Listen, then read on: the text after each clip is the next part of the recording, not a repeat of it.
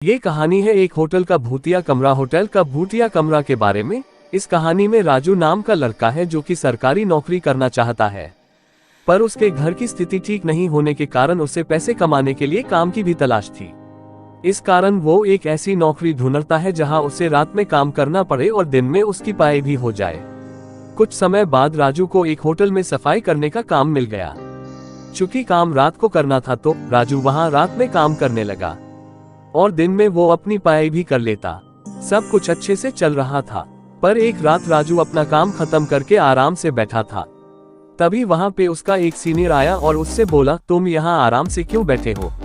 इस पर राजू ने जवाब दिया, सर मैं अपने कमरों की सफाई कर चुका हूँ इसलिए बैठा हूँ। फिर उसके सीनियर ने कहा, नहीं आज तुम्हें होटल के सबसे ऊपर की मंजिल पे 4 कमरे हैं, उनकी भी सफाई करनी, जाओ वहाँ। इतना बोल के उसका सीनियर वहाँ से चला गया। फिर राजू ने होटल के सबसे ऊपर की मंजिल के 3 कमरों की सफाई कर दी और अंत में जो 4 नंबर का कमरा था वहां गया। वो बहुत ही आलीशान कमरा था। इतना खूबसूरत कमरा राजू देख के उसे देखता ही रह गया। अभी तक किसी ने भी राजू को इस कमरे की खूबसूरती के बारे में नहीं बताया था। राजू ने थोड़ा ध्यान दिया तो उसने पाया कि ये कमरा तो पहले से ही साफ है, मगर फिर भी उसे वहां सफाई तो करनी ही थी। इसलिए वो वहां की चीजों को बड़े आराम से साफ करके उसके स्थान पे रखता जा रहा था। कुछ देर बाद राजू को ऐसा लगा उसके पीछे कोई खड़ा है। राजू ने पीछे मुड़ के देखा तो वहां कोई नहीं था। राजू ने सोचा ऐसा वो कई रातों से काम कर रहा है और दिन में नहीं सो पाता, ऐसा इसलिए हो रहा है, और वो वापस अपने काम में लग गया।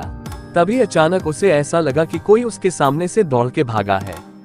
राजू को अब डर लगने लगा और वो थोड़ा देर के लिए सहम सा गया और कुछ देर इधर उधर देखने के बाद उसने फिर से अपना काम चालू किया ताकि वो जल्दी से अपना काम खत्म करके वहां से निकल जाए।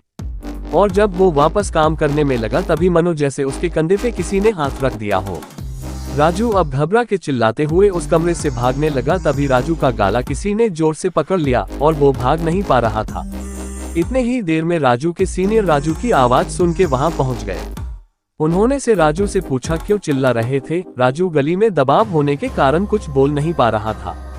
उसके सीनियर उसे कमरे से बाहर ले गए और उसे पानी पीने को दिया। तब राजू ने बताया उसे इस कमरे में कुछ अजीब सा महसूस हुआ, ऐसा कि जैसे कोई उसका गला दबा रहा हो। इतना सुनते ही उसका एक सीनियर उस पे चिल्लाया और बोला, तुम्हें रात में इस कमरे में सफाई करने को किसने बोला?